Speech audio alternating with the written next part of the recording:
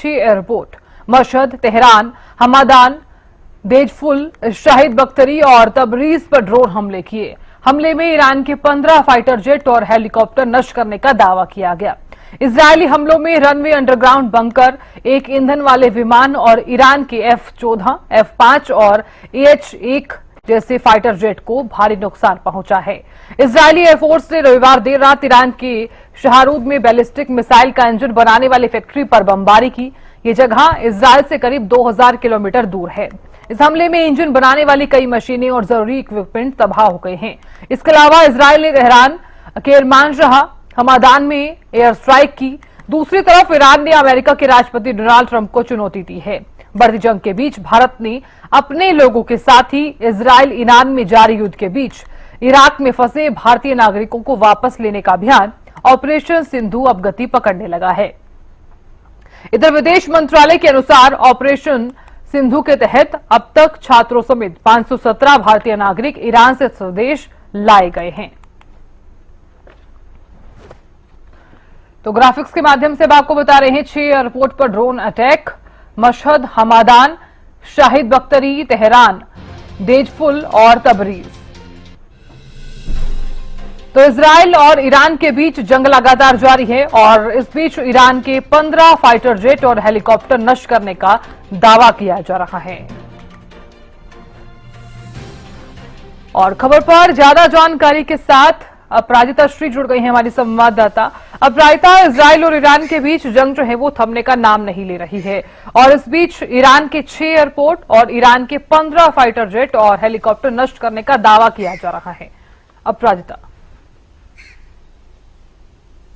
बिल्कुल, देखिए साधना, जिस तरीके से दोनों देशों के बीच तनाव बढ़ती हुई नजर आ रही है। सबसे पहले जिस तरीके से इजरायल के द्वारा शुरुआत की गई, वहीं जिसके उत्तर में ईरान के द्वारा तमाम हमले भी किए जा रहे हैं, वहीं जिस तरीके से यूनाइटेड स्टेट्स का भी अब इंटरवेंशन कहीं ना कहीं अब ज्यादा जिस तरीके से अगर पूरे दुनिया भर की हम बात करते हैं तो खतरा का सबब बनता हुआ नजर आ रहा है। क्योंकि ईरान की अगर बात करें तो चुनौती देती हुई नजर आ रही है, वहीं लगातार बैकफायर भी ईरान के द्वारा किया जा रहा है।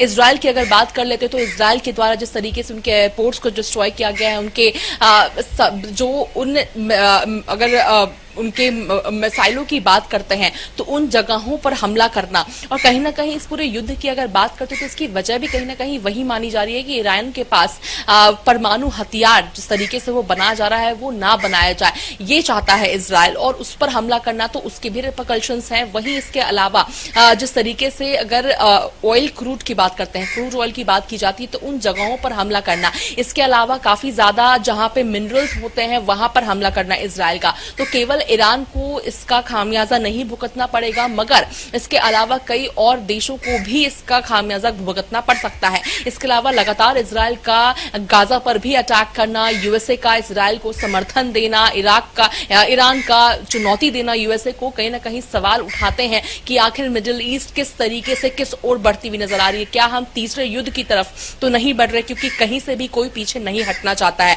एक और जहां इंडिया पाकिस्तान के बीच में जिस तरीके की परिस्थिति उत्पन्न हुई थी, वहीं सभी देश डायलॉग की बात कर रहे थे। यूएसए ने दावा था यूएसए का कि हमने इंटरवीन किया है और डायलॉग की बात कर रहे हैं, मगर वहीं दूसरी ओर जब बात आती है इजरायल और ईरान के युद्ध की तो यूएसए खुद हमला करता हुआ नजर आता है। तो आखिर डायलॉग की जो अहमियत जो यूएसए दिखाता हुआ नजर आया था वो अहमियत कहां हो जाती है। हालांकि देखिए, अगर इंडिया की हम बात करते तो लगातार सवाल उठाए जा रहे हैं, क्योंकि ईरान की अगर बात की जाए तो ईरान वो देश है जो हमेशा से लॉन्ग टर्म दोस्ती रही है इंडिया के साथ, काफी पुरानी दोस्ती है, और जब भी इस तरह की कोई परिस्थिति उत्पन्न हुई है इंडिया के साथ तो ईरान ने उसको सपोर्ट किया। इसी सवाल को विपक्ष के द्वारा उठाया जा रहा है कि आखिर इंडिया कब अपनी जो स्टैंड है उसे क्लियर करता हुआ नजर आएगा, क्योंकि डायलॉग प्रधानमंत्री नरेंद्र मोदी ने कल बात जरूर प्रेसिडेंट से की है ईरान के, मगर अब बात आती है कि आखिर इंडिया किसके साथ है, इसे स्पष्ट करने की जरूरत है, क्योंकि डायलॉग का समय कहीं ना कहीं जा चुका है। क्योंकि जिस तरीके से मैंने जिक्र किया कि क्रूड ऑयल का अगर इंडिया का सबसे पहले तो पड़ोसी भी हो जाता है, ईरान काफी पास में है ईरान।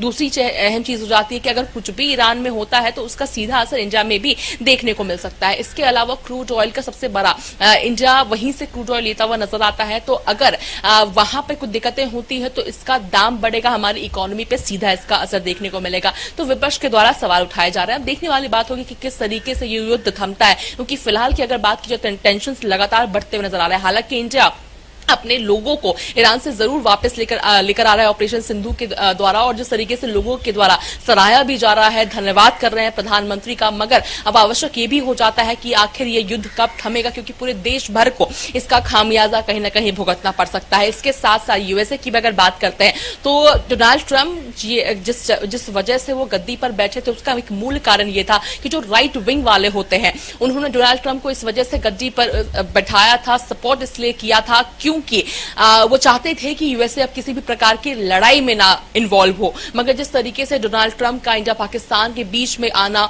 उसके अलावा अब इजराइल ईरान के बीच में आना, तो कहीं ना कहीं उन्हें भटका सकता है और वो डोनाल्ड ट्रंप के लिए सही नहीं है। अब ये खैर वो उनकी इंटरनल पॉलिटिक्स हो जाती है, मगर ये जो समय है, इस तरीके के जो टेंशंस नजर आ रहे हैं दोनों देशों के बीच, पूरा देश भर इस बात को लेकर के परेशान है। वहीं रशिया की अगर बात करते हैं, क्योंकि ईरान की बात की जाए तो ईरान के फॉरेन मिनिस्टर रशिया भी जाते हुए नजर आएंगे, उनसे बातचीत करते हुए नजर आएंगे, क्योंकि जिस तरीके से कहीं ना कहीं एक समय पर सुपर पावर भी माना जाता है, रशिया भी बहुत स्ट्रांग है, यूएसए के अगेंस्ट है, तो उनकी मदद मिलती हुई नजर आ सकती है। इसके अलावा चाइना ने भी जिस तरीके से डायरेक्टली नहीं मगर इनडायरेक्टली ही इजराइल को सपोर्ट किया है, तो अब देखने वाली बात होगी कि इंडिया का अब आगे क्या स्टैंड रहता है, किस तरीके से ये युद्ध थमता है, कौन पीछे हटता है। क्योंकि अगर अभी रिसेंट वीडियोस की हम बात करते हैं तो ईरान के द्वारा जिस तरीके से इजराइल पर अटैक अब किया जा रहा है तो उनके रडार सिस्टम में भी ये चीज नहीं आ रही है। यानी लोगों को 1 से 1.5 मिनट पहले जिस तरीके से सायरन सुनाई देते थे, फोन पर अलर्ट्स आते थे, वो भी नहीं आ रहे हैं। तो लोगों के यानी रिहायशी जगहों पर जिस तरीके से अटैक किया जा रहा है वो काफी ज्यादा नुकसानदेह साबित हो सकता है। जी चलिए अपराजिता, बहुत शुक्रिया जानकारी देने के लिए और खबर पर नजर बनाए रखने के लिए।